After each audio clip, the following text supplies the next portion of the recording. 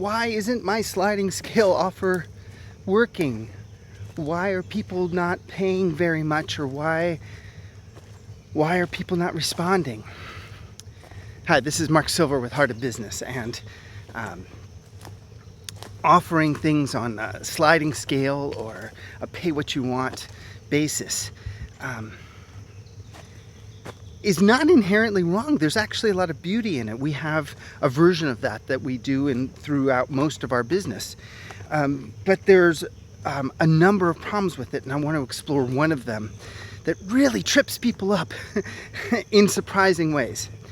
And this has to do with having a really open-hearted, hands-off approach to it, to not wanting to provide guidance, to just saying, hey, whatever is in your heart, like, pay. So here's the truth.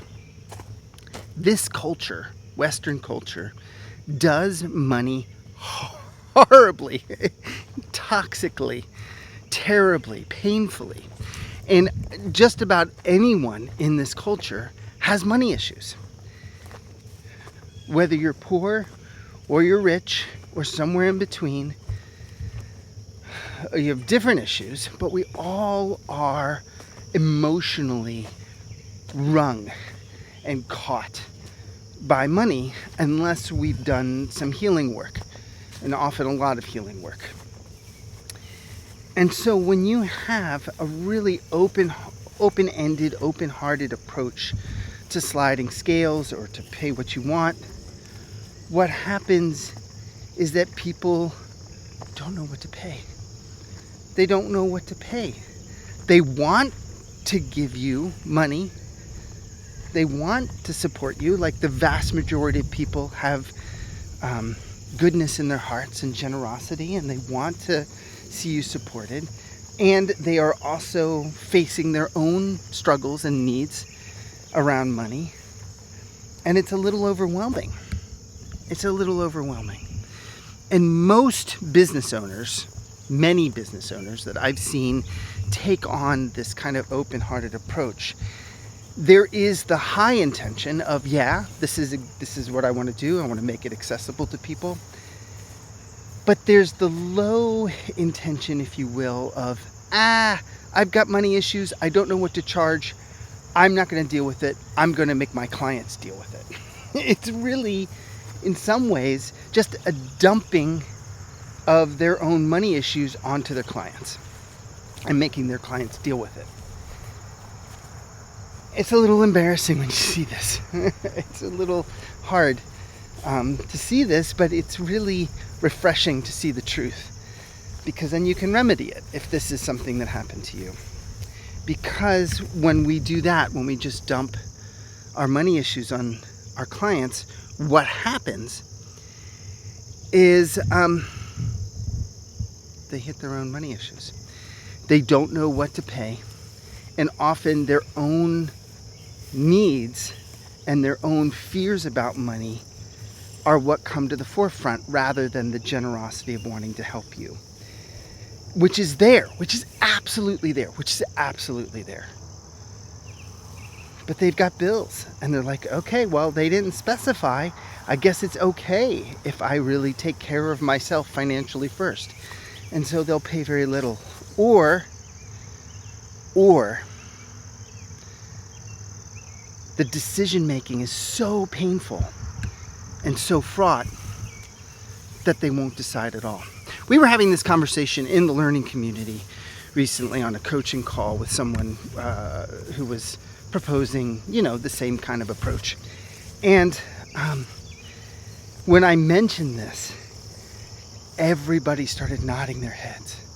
And nearly everybody seemed to have a story of a time that they did not buy at all, because they didn't want to make the choice about how much to pay for an unguided sliding scale, because it was just too much to figure out. So if you're going to offer a flexible approach to pricing, like our Pay from the Heart approach, however you do it, I want to recommend very strongly that you include some guidance around what you're actually needing, like what your thriving price is, what your sustainable price is, what your minimum price is, just to have some sense to give to them so they know, they have some guidance, they have some supports, they have some accompaniment from you about how to make the decision, so they can make a decision that can care for you and care for them, which is what they really want. You'll make it easier on them, which is what is really needed. And it'll take some work on your part. You'll have to figure out. You'll have to make some choices. You'll have to know your business and know your expenses and know how much you actually want to charge and need to charge to put that into the guidance. And it's the work that's part of being a business, you know, part of being in sovereignty, part of offering something. Let me put it this way. We expect our clients to be vulnerable. They show up vulnerable. They show up needing our support. We invite them to be vulnerable with us and bring their needs to us so that we can care for them. If we are not going to hold ourselves as better than them or over them, then we also have to be vulnerable. And part of that vulnerability is being willing to name what we need financially. Be able to name our prices, because it is vulnerable to do that. But we owe it to show up as equals. Show up as equals in terms of vulnerability and in terms of care. I hope this has been helpful. I'm curious how it lands with you. Blessings to you and your business.